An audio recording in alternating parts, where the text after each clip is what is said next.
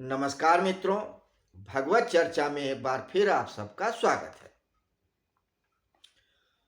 हम लोग भगवत चर्चा के इस सीरीज में आजकल नारद भक्ति सूत्र पे बात करते आ रहे हैं। 55 सूत्रों तक हम लोगों ने बात किया। स्मरण के लिए हम फिर से थोड़ा पीछे जाते हैं और याद दिलाते हैं कि नारद जी ने भक्ति के संदर्भ में एक महान ग्रंथ की रचना की है जिसे हम नारद भक्ति सूत्र के नाम से जानते हैं। इस सूत्रमाला में 84 सूत्र हैं, सिर्फ 84 सूत्र छोटे छोटे। सूत्र का अर्थ होता है जब कोई बड़ी बात, गूढ़ बात संकेत में कह दिया जाए, इशारे में कह दिया जाए तो उसे सूत्र पद्धति या विधि कहते हैं। तो इशारे में ही भक्ति के गूढ़ रहस्यों को प्रकट किया है नारद मुनि ने। इन 84 सूत्रों को हम 4 भागों में बांट सकते हैं। ये हमने पहले चर्चा में जाना कि पहले सूत्र से लेके 15वें सूत्र तक भक्ति के महत्व को बताया है। 16वें से लेके 33वें तक भक्ति की परिभाषा की बात किया है। 34वें से लेके 50वें तक भक्ति के साधन की बात किया है और 51वें से 73वें श्लोक तक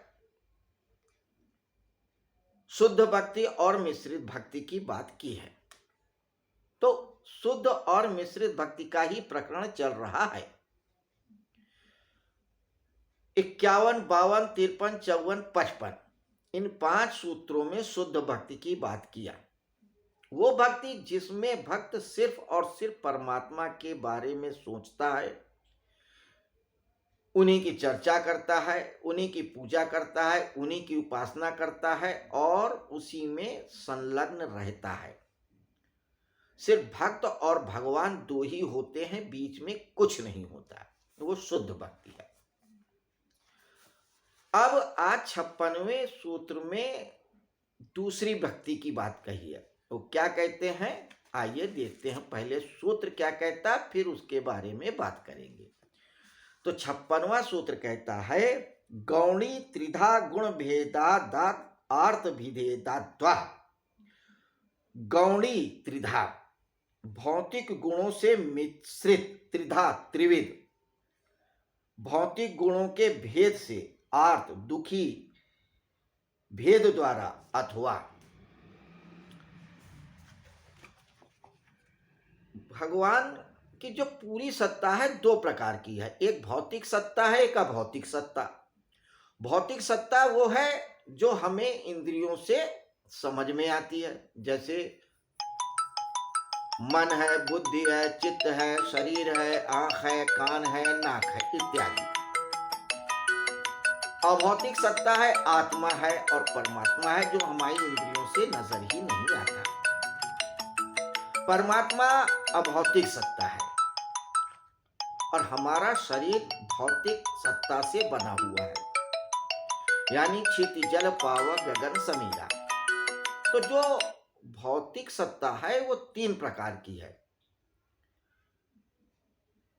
जो धरती है, आकाश है, वायु है, अग्नि है, तेज है या और भी जितने पदार्थ हैं, ये सारे पदार्थ 3 गुण रखते हैं, जिसे त्रिगुणात्मक प्रकृति भी बोलते हैं, सात्विक, राजसिक, तामसिक। कृष्ण भगवान ने भी भगवत गीता में यही कहा है कि जो भौतिक सत्ता है वो 3 गुणों से युक्त है, सात्विक, राजसिक, तामसिक। और मनुष्य इन तीनों गुणों से जब रहित हो जाता है, इनके पार चला जाता है, तो ही परमात्मा यानी परासत्ता का अनुभव कर पाता है। तो जब तक मनुष्य परमात्मा से नहीं जुड़ा होता है, यानी परासत्ता से नहीं जुड़ता है, वो भौतिक सत्ता से ही जुड़ा रहता है। और भौतिक सत्ता से जब जुड़ा रहता है तो वो भौतिक सत्ता से जो भी अनुभव प्राप्त होता है वो या तो दुख के रूप में होगा या सुख के रूप में होगा। जो अभी सुख है वो कुछ देर बाद दुख में बदल जाएगा, और जो दुख है वो तो दुख है ही है। तो कुल मिला के भौतिक सत्ता से जो भी हमें प्राप्त होता है वो सब कुछ दुख स्वरूप है। सिर्फ परासत्ता से जो प्राप्त होता है वही परम सुख स्वरूप है, उसके आगे कोई दुख नहीं है। तो इसीलिए जब व्यक्ति कामना रूपी भक्ति करता है, कुछ चाहता है, तो इसका मतलब यह कि भौतिक सत्ता से चाह रहा है, कि कामना करता है, धन हो, मकान हो, दुकान हो, यश हो, अपयश हो, स्वास्थ्य हो, सब कुछ। तो भौतिक सत्ता की जब कामना करता हुआ कोई परासत्ता परमात्मा की भक्ति करता है तो वो 3 प्रकार की होती है। जिस प्रकार से प्रकृति त्रिगुणात्मक है, सात्विक, राजसिक और तामसिक।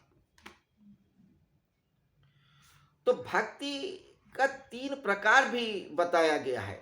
सात्विक भक्ति वो है जिसमें भक्त सिर्फ और सिर्फ परासत्ता की बात करता है और कोई कामना नहीं है, सिर्फ परमात्मा ही कामना है, वो सात्विक भक्ति है, शुद्ध भक्ति है।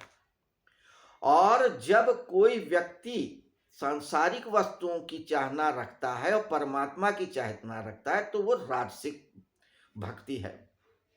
और जब कोई व्यक्ति सिर्फ एक परंपरा का निर्वाह करता है, एक मजबूरी में करता है, नहीं यार चलो सब पूजा कर रहे हैं, हम भी पूजा कर रहे हैं, फायदा हो गया, नहीं हो गया, नहीं हो गया, परंपरा रूप में कर रहे हैं, एक आदर्श के स्वरूप कर रहे हैं, ना कोई विधि है, ना कोई नियम है, ना कोई समर्पण है, ना कोई तरीका है, सिर्फ कर ले रहे हैं, वो तामसिक भक्ति कहलाती है।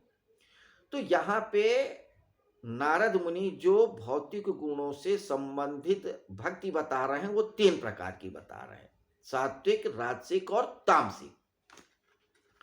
तो जब शुद्ध परमात्मा की आकांक्षा हो वो सात्विक है, जब भौतिक सुखों की भी कामना हो, परमात्मा की भी हो, और एक नियम से कोई भक्ति करता हो, पूजा करता हो, पाठ करता हो, वो सात्विक राजसिक है।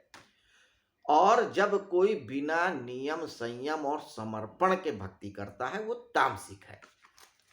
तो ये 56वां सूत्र जो कहता है गौणी तिथा गुण भेदादार तादिभेदा द्वा, तो कि भौतिक गुणों से युक्त ये भक्ति 3 प्रकार की होती है, ऐसा आप जानिए। तो हम लोग एक एक सूत्र पे चर्चा कर रहे हैं। देखिए ये सूत्र आपको सिर्फ सुन लेने से या पढ़ लेने से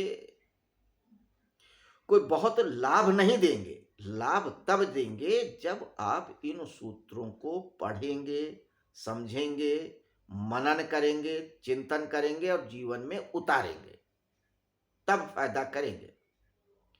अगर आप सिर्फ सुन करके 4 समाज में आप अपनी बड़ाई करना चाहते हो कि नारद जी ने कहा, ये कहा, गर्गाचार्य ने कहा, सांडिल ने कहा, ध्रुव ने कहा, प्रहलाद ने ये कहा, फलाना ढिमाका करेंगे, उससे कोई फायदा नहीं होगा। आपके जीवन में, आपके व्यक्तित्व में कोई परिवर्तन नहीं होगा। परिवर्तन तभी होगा जब इन सूत्रों को हम समझेंगे, शाब्दिक रूप से भी और गूढ़ अर्थ के रूप में भी, कि उसके अंदर जो छुपा है तात्विक अर्थ, तत्व, उसको भी जाने और जीवन में उतारे। तो मित्रों कल हम फिर मिलेंगे, 57वें सूत्र पे चर्चा करेंगे, नारद भक्ति सूत्र के। तब तक के लिए आपसे आज्ञा चाहेंगे। नमस्कार, शुभ रात्रि।